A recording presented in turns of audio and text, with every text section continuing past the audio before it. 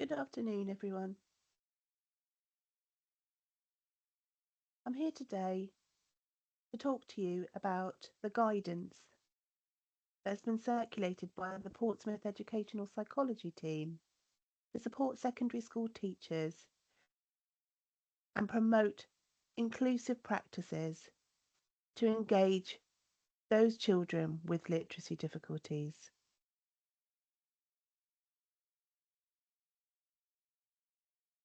If you would like copies of the guidance, we can send them out to you via email. Also, we have some glossy hard copies, so just email us if you would like a copy of them. Before we get started, I would like to make sure that you have received the necessary attachments. This includes the PowerPoint slides that are being presented currently. It also includes examples of a teacher-TA agreement template to help clarify how TAs might be deployed in the classroom at various times in the lesson to support children with literacy difficulties. There's also a helpful chart which provides information about how TAs can scaffold children appropriately, providing correction, modelling, cluing them in, prompting them, and working towards more independent ways of pupils managing their literacy.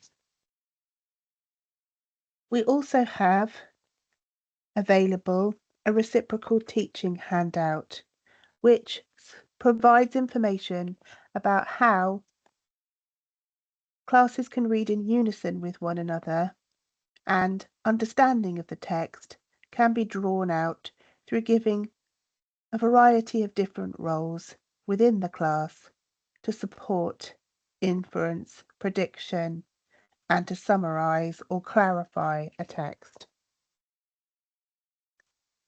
I will also be referring in my talk to metacognition, and we have supplied for you some metacognitive cards that provide strategies that students can use in order to support them with their own literacy difficulties. It can be helpful to use these cards to identify the strengths and difficulties of the pupils in your classroom so that they know what equipment they have available in the classroom to support them. We also have detailed handouts breaking down how you can model writing as a teacher to improve children's writing capabilities, and information on paired reading and paired writing, which relies on support from peers in order to improve a child's literacy levels. And finally, we have some guidance on how to take running records, some information about understanding your child's reading strengths, and how you can know whether a text is at the right level for a child, too difficult or too easy, which I will also be referring to during the discussion. And finally, we have an evaluation form. So if you have completed this training and would like to give feedback, please feel free to do so via the form. So I'm going to make a start.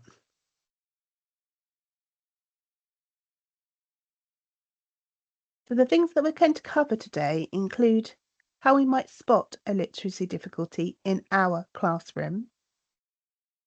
Senkos quite often tell us that children are referred to them with challenging behaviour, but actually when they delve deep down into understanding the needs of that child, it can often be literacy difficulties at the heart of the problem. Secondly, we're going to have a little look at how teaching assistants can be effectively deployed at various points in the lesson to best support children with literacy needs. We're also going to look upon different strategies that we can use to draw on peer support to help children with literacy needs. I'm going to talk to you a little bit about working memory, processing speed, and executive functioning, and why these are such important aspects associated with literacy tasks, and what we can do to support pupils with those areas. We're also going to look at metacognitive skills so that children can become more aware of their strengths and difficulties and what equipment they might need to help them. We're going to look at assistive technology, how we might differentiate homework, and consider including teaching of subject specialist terms and the most effective ways to do that. So first and foremost, why is it important that literacy is everybody's business? Well, first and foremost, it is an equality issue. We have noticed over time that those with low literacy levels often have poorer outcomes. Often the parents who potentially may have reading difficulties, there is a link between that and a child's own academic successes. In Portsmouth, the average reading age for a parent is cited to be between 7 and 9 years, which is barely at the functional level. And this can sometimes dramatically affect their own children's achievement levels. 75% of those serving a prison sentence have low literacy levels. During the pandemic, those first people put out of work during lockdowns were those that had reading difficulties. And spiralling health costs are affected by those with low literacy levels. We find that sometimes people don't have the literacy levels to be able to understand or read more about how they can promote self-care, or to even read their prescriptions and take their medications appropriately.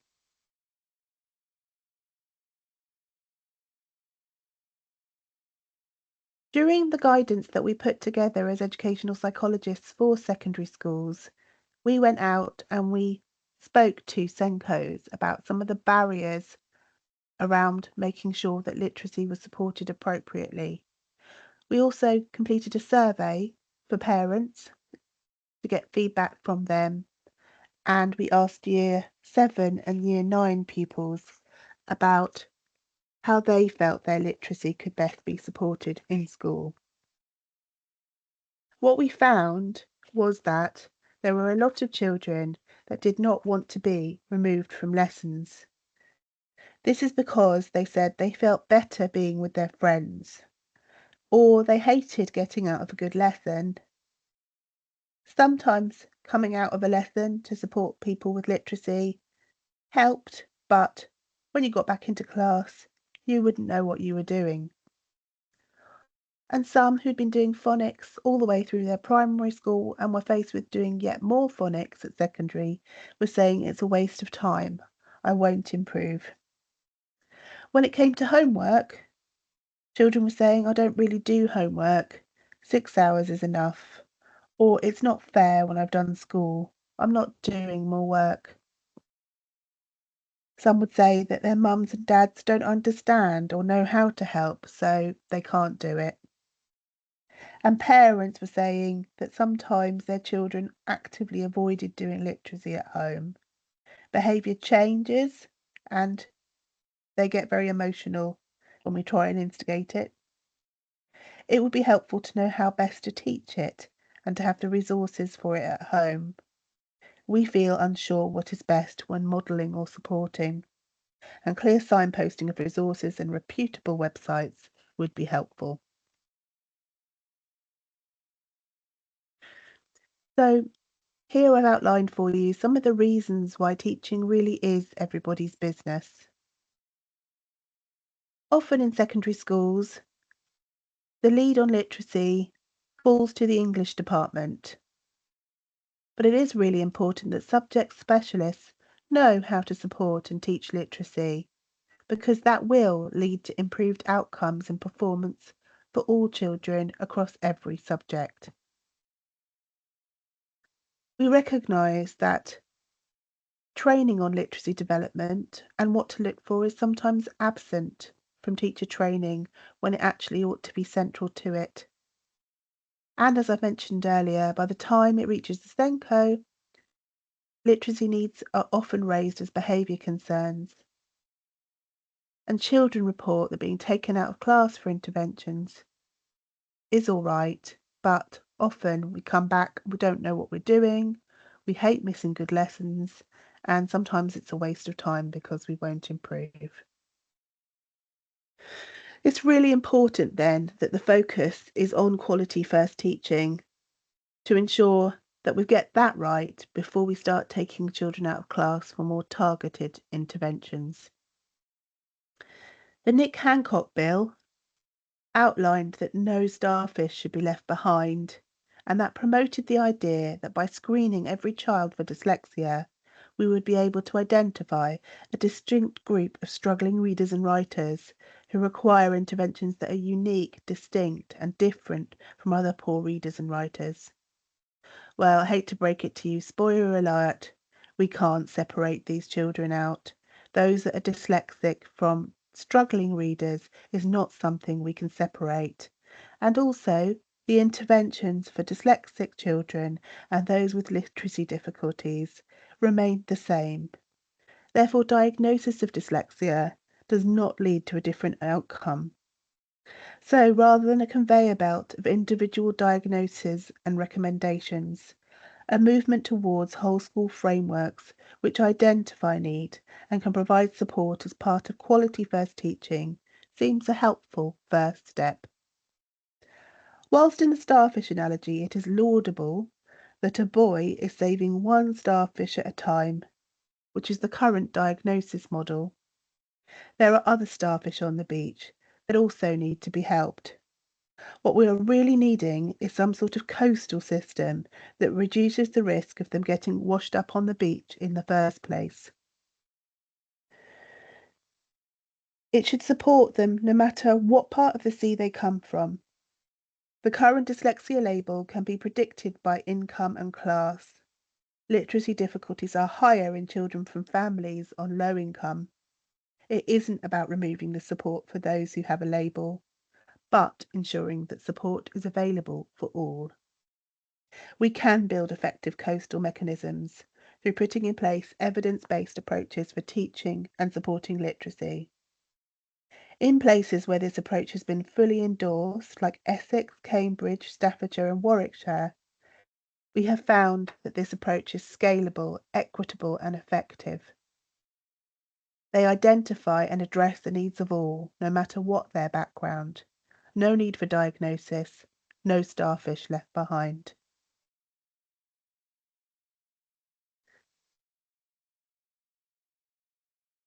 So what do we do to create an inclusive environment for pupils with literacy needs? You might have a little think for a few moments for yourself about what you're already doing in your schools to support literacy in the classroom.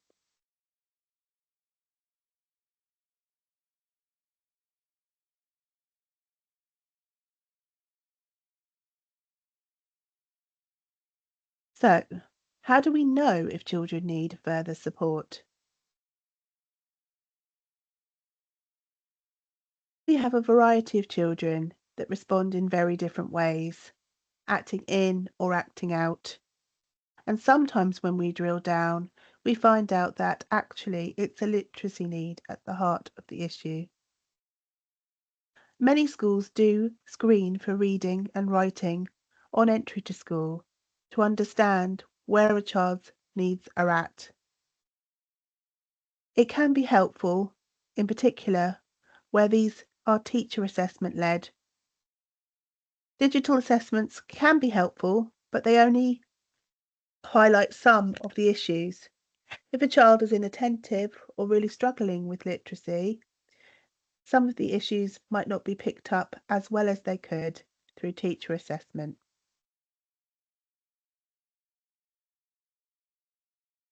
Oh, So, what might I see?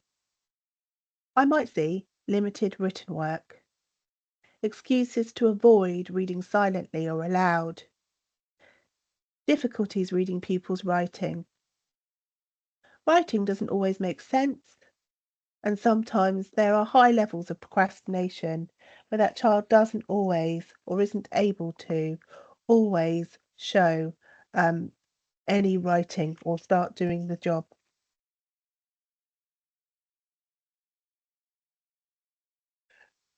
Reading comprehension requires a lot of um, inference, theory of mind, um, applying context and knowledge, as well as being able to decode the words. If you have a look at this simple sentence, Denise was stuck in a traffic jam. She was worried about what her boss would say.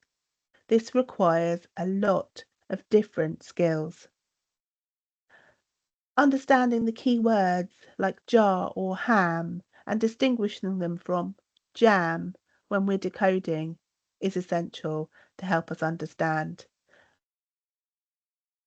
Understanding and decoding less familiar words like Denise and worried. Denise is a name. Applying the context of jam. Are we talking about strawberry jam or a traffic jam? Drawing upon background knowledge to help us work out what the sentence might be relating to, and making connections upon information from our background knowledge that draws upon working memory and executive skills. It also relates to theory of mind. We need to infer the perspectives and the knowledge of the characters discussed in the text. So we would need to, in that sentence, work out that it is a traffic jam rather than strawberry jam. And we might want to infer, why would she be worried about what her boss would say? Is it that she has been late before? Or is it that she was stuck in a traffic jam previously and something bad happened? Both of those might be equally plausible. Next, we're going to cover why working memory processes, executive functioning, and processing speed relate to literacy and what we can do to support. So, working memory refers to our ability to hold information in mind whilst carrying out a task. When there's too much information, we can sometimes experience what's known as cognitive overload, and this will affect our ability to follow out the task effectively. Our processing speed refers to the amount of time it takes us to understand, make sense of, and respond to information. This can be visual, such as letters on the page, or auditory, the language or instructions that we are given. If we aren't given enough time for that task, we are likely to struggle to record it later. And our executive skills relate to our internal manager, which organises, plans, prioritises, and monitors the effectiveness of what we are doing.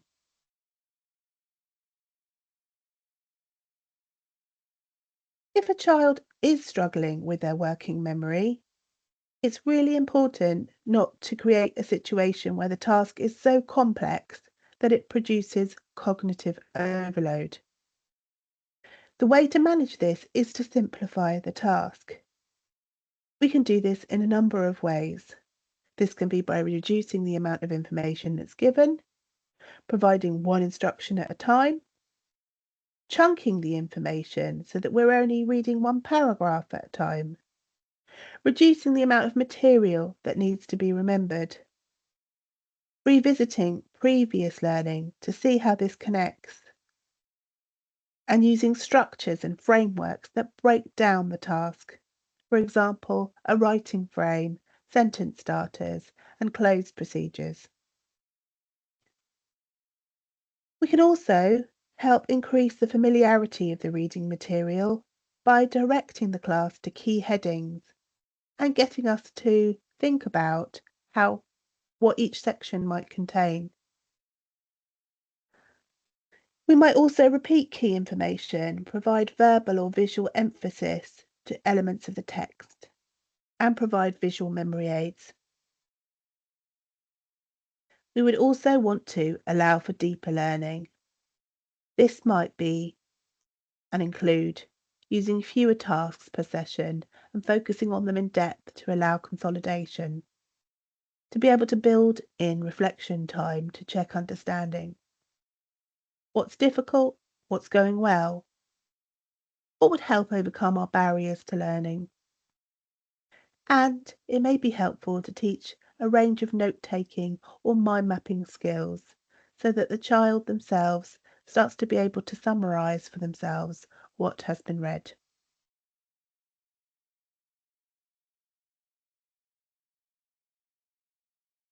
I'm going to now talk about metacognitive skills.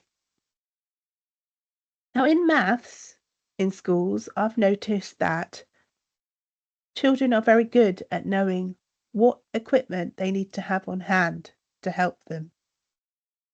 That could be a number line, Numicon, multilink, or Dean's. It could also involve a calculator or visual checklists that break down the functions and steps involved in all four operations such as addition, multiplication, division, and subtraction. Where we're less good at being able to help children be aware of what they can draw upon to help them learn and evaluate how those strategies go is in literacy. I have provided in your packs some metacognitive cards which children can use to identify which strategies are going to help them best in their learning. It might be that they want to use a reading pen, dictate into a tablet, and copy the answers into their book, for example, that help them best in their literacy. But it is really important to identify these strategies and have the right equipment available to help children know how they learn best. Metacognitive skills relates to developing an understanding of how we learn best, and it involves identifying one's best learning styles and needs. It involves planning for a task, gathering and organising the right materials to help us with that, and to evaluate and monitor any mistakes or successes and adjust our learning styles accordingly. Teachers often teach in the way that they learn best, and so therefore it can also be very helpful for teachers to select their own metacognitive cards when it comes to literacy, to be aware of the strategies they most likely draw upon when they are teaching. I would invite you to do this and identify the strengths, weaknesses, opportunities and threats in your learning and teaching style. I'm now going to get us to think about how we best deploy our TAs to support children with literacy needs. There's been a lot of research over the years around how teaching assistants are deployed and best used. The research indicates that teaching assistants should not be used as replacements for teachers and that they should continue, those children with the highest SEND needs should continue to have access to their class teacher. It's really important that when TAs are used to support, that they're used in the most effective ways possible. And teachers need to provide clear guidance around what targets children should be working on within their lessons to promote independence. And think about when they might want teaching assistants to deliver one-to-one or small group interventions as a way of supporting literacy. In your packs, I have again included a handout which gives a potential example of how a teacher and a teaching assistant can work together at each stages in the lesson to complement one another in supporting literacy for those who struggle. I would suggest it might be helpful for subject specialists to liaise with any teaching support assistants in their lessons and consider the children in their class with literacy needs. It might be helpful to draw up a contract of how the teaching assistant may be deployed at each stage in the lesson, like the example given. And now we're moving on to think about how we can draw upon peer support to support children with literacy needs. It's really important that we compare children together with those that they feel most comfortable working with, but also potentially think about the pairing of more advanced students with those who struggle with literacy so that they can be used as positive role models within the classroom and have a positive impact on learning behaviour and the development of literacy skills and reading ability. Sometimes placing children who find literacy difficulty with students who are stronger academically can be very beneficial. In your pack, I have given you some breakdown of how to employ strategies such as paired reading and paired writing in order to use peer support to support children with literacy needs. Paired writing involves writing in pairs in a structured and guided way. Evidence suggests it enhances enjoyment and engagement in writing by removing the barriers to success. And paired reading involves a young person reading out loud with a more advanced peer in unison at the same pace. This can be carried out one-to-one or in small groups 2 to 3 times a week and helps build confidence, resilience, and self-efficacy in reading, whilst also building the child's sight vocabulary.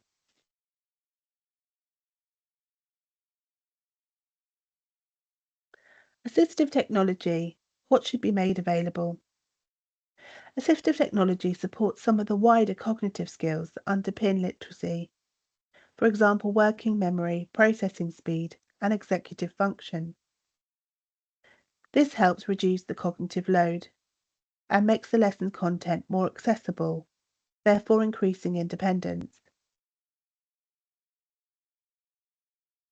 It can be helpful to have a range of assistive technology available in the classroom for children to use, but where this is available, it's really important that outside of that, children are given opportunities to build their skills so that they can use these in a fluent way that helps them rather than hinders their progress. Use of dictaphones, clicker, word processing programs, Dragon's Naturally Speaking for writing, audiobooks, reading pens, and other technology that reads text or what this pupil has written aloud to help them access the information and edit their work will support with their reading and writing. There are lots of free opportunities for this. I discovered one recently called Microsoft Lens. This is a free product that you can download onto your phone, and when you scan text, it will not only read the text to you, but color code it so that you know which parts of the sentence are nouns, verbs, um, conjunctions, etc.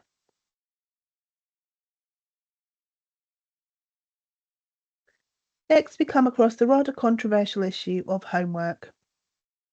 Homework can be found to be very beneficial in improving children's development academically when you are already academically gifted and suitably motivated. However, for children with literacy difficulties, homework does not necessarily produce these academic successes. It's really important, therefore, that any homework that is given, if this is your school policy, is suitably differentiated. It's important to consider how you would involve parents in the tasks set for pupils to complete at home, and consider whether or not children might need access to technology or helpful apps in order to help them access it. Where possible, it's helpful to make the tasks short and relevant. And it's important that students are taught self-monitoring techniques so that they can give feedback about their ability to do these tasks and what might help them be more successful.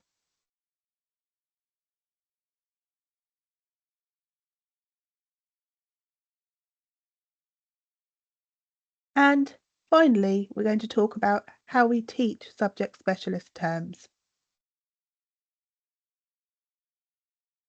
The temptation can be, when we are introducing subject specialist terms, to dumb this down for the children who struggle with this the most. However, the research says the opposite.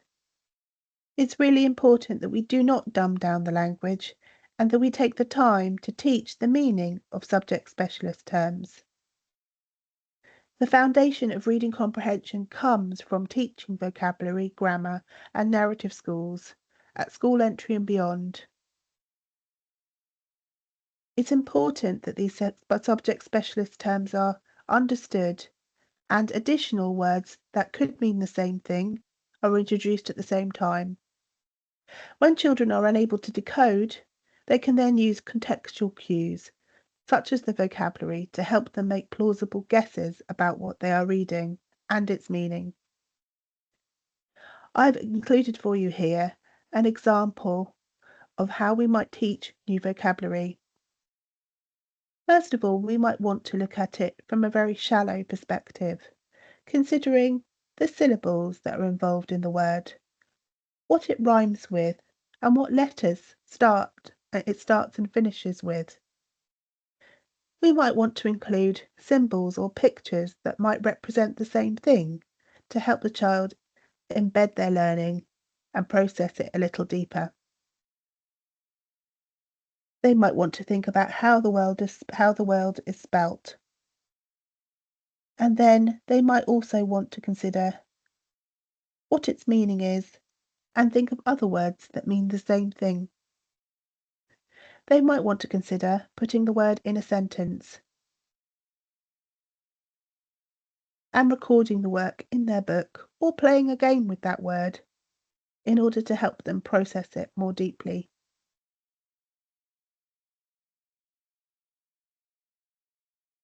So, to conclude, I think it's really important, as I've said earlier, that we start to consider how it is we can make our classrooms more literacy friendly. Many of our children will experience literacy difficulties. Research indicates that the children that do not pass their phonics screening test, around about 20% at the end of year one, are typically the same 20% of children or ongoing struggling readers that do not leave school with a GCSE in English. It's therefore crucial that we provide as many opportunities as possible for our children to be able to access the curriculum despite those literacy difficulties. It's really important, therefore, that every teacher is a teacher of literacy. If that requires further training, we would be happy to help. We appreciate that that's not always there for teachers in their early career. I hope that in some ways this training has provided a range of different ideas about how you can be more inclusive in your classroom and support those children with literacy difficulties. There is a temptation with teaching assistants to often too heavily scaffold our children, and some of the handouts that I have given you again in your pack suggest how teaching assistants can scaffold at different levels um, to promote independence, starting off with the lowest level of support that a child requires so that they are not doing the work or giving children the answers or focusing on task completion. Teaching assistants can be a wonderful resource if they are used effectively, as shown in the guidance in your pack. It's really important that this is a whole school approach, and it does start with quality first teaching. Children are reporting that they don't want to be out of class, that they don't want to miss good lessons, and they don't want to be not with their friends. They also have had probably many years of being taken out for literacy interventions that haven't made the difference, and therefore their motivation to engage with yet another phonics-based programme is likely to be affected. This is why the quality in first teaching is so important. And finally, it's really important to think about and consider our parents. Some of these parents will absolutely have difficulties with literacy themselves. There may be a way of engaging parents to be able to support them in improving their own literacy levels, but I think far more importantly, it's important that parents understand that they can be advocates for their children, understand how their child learns and their strengths and difficulties, and be a useful um, person for being able to communicate that to the school so that the school can adapt their approach.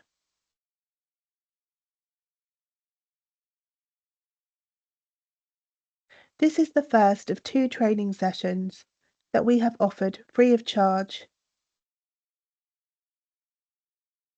It's particularly focused on how to create an inclusive environment for students with literacy needs. If you have any questions about the training you have received, I would invite you to email Portsmouth Educational Psychology team and we will be happy to answer any queries or questions you may have.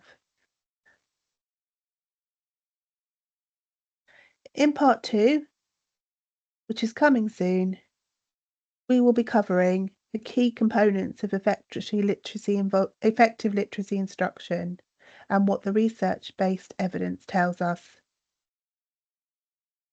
This includes information about when we do need to take a child out of class to provide a targeted intervention, either in small groups or one-to-one, the key things that make that programme as effective as possible.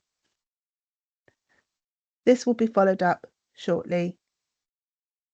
I thank you for your time and appreciate any feedback that you might have in your pack by completing the evaluation form. Many thanks.